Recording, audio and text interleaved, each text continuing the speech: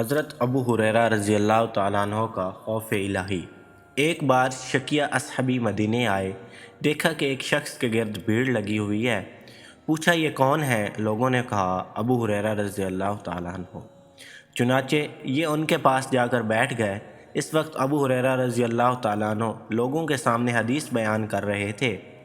جب حدیث سنا چکے اور مجمع چھٹا تو انہوں نے اس سے کہا کہ رسول اللہ صلی اللہ علیہ وآلہ وسلم کی کوئی حدیث سنائیے جس کو آپ نے سنا ہو، سمجھا ہو، جانا ہو۔ ابو ہریرہ رضی اللہ تعالیٰ عنہ نے کہا ایسی ہی حدیث بیان کروں گا۔ یہ کہا اور چیخ مار کر بے ہوش ہو گئے۔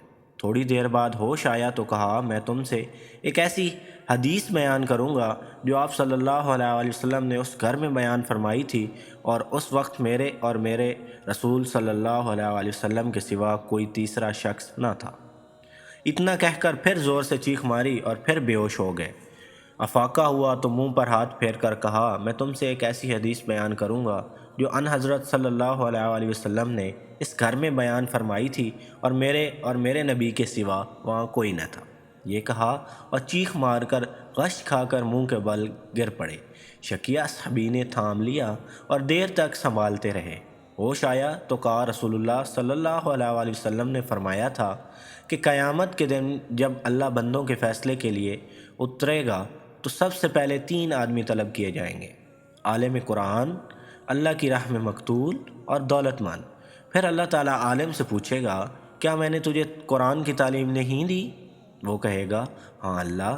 اللہ تعالیٰ فرمائے گا تم نے اس پر عمل کیا؟ وہ کہے گا اللہ، رات دن اس کی تلاوت کرتا تھا۔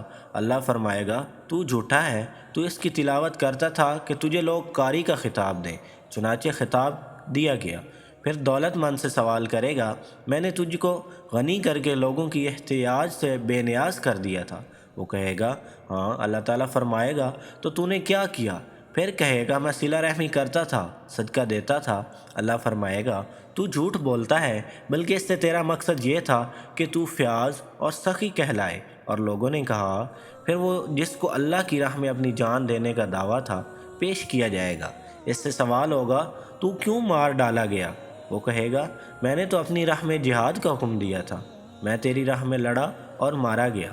اللہ فرمائے گا تو جھوٹ بولتا ہے، بلکہ تو چاہتا تھا کہ دنیا میں جری اور بہادر کہلائے۔ تو یہ کہا جا چکا۔ یہ حدیث بیان کر کے رسول اللہ صلی اللہ علیہ وآلہ وسلم نے میرے 2 زانوں پر ہاتھ مار کر فرمایا ابو ہریرہ سب سے پہلے انہی تینوں سے جہنم کی آگ بھڑکائی جائے گی۔ بغداد کے سادون کا واقعہ۔ حضرت یحییٰ بن ایوب بیان فرماتے ہیں کہ خراسان کے دروازے پر جو قبرستان ہے، ایک دن میں وہاں گیا اور وہاں پہنچ کر ایک ایسی جگہ بیٹھ گیا کہ وہاں مجھے قبرستان میں داخل ہونے والا ہر شخص صاف دکھائی دیتا تھا۔ میں نے دیکھا کہ ایک شخص قبرستان میں داخل ہوا اس حالت میں کہ اس نے اپنا منہ سر چھپایا ہوا تھا اور وہاں ادھر ادھر گھومنے لگا۔ وہ جس قبر کو ٹوٹی ہوئی یا زمین میں دھنسی ہوئی دیکھتا تو وہاں کھڑا ہو جاتا اور اسے دیکھ کر رونے لگ جاتا۔ میں اپنی جگہ سے اٹھا اس خیال سے میں بھی اس سے کچھ نفع حاصل کروں۔ میں جب اس کے قریب پہنچا تو وہ تو سادون تھے اور وہ حضرت عبداللہ بن مالک کے قبرستان کی ایک جھونپڑی میں بیٹھا کرتے تھے۔ میں نے ان سے کہا کہ اے سادون، تم کیا کر رہے ہو؟ انہوں نے کہا اے یحییٰ، کیا تمہارے پاس وقت ہے کہ ہم دونوں بیٹھ کر ان خاک شدہ جسموں کی حالت پر روئیں، اس سے پہلے کہ ہمارے جسموں کے ساتھ بھی یہی معاملہ ہو اور ان پر رونے والا بھی کوئی نہ ہو؟ پھر انہوں نے کہا کہ اے یحییٰ، اللہ کے روبرو قیامت کے دن رونے سے یہ زیادہ بہتر ہے کہ جسموں کے خاک ہونے کا منظر یاد کر کے ہم اس وقت روئیں۔ اس کے بعد کہا اے یحییٰ، اور جس وقت کے اعمال نامے کھولے جائیں گے، یہ آیت پڑھی اور ایک سخت چیخ ماری اور کہا اے یحییٰ، ہائے افسوس، اس وقت کیا ہوگا جس وقت میرے نامہ سامنے میرا نامہ اعمال لایا جائے گا۔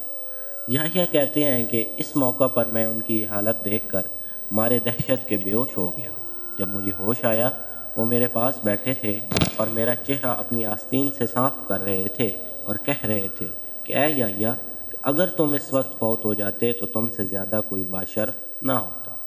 سبحان اللہ۔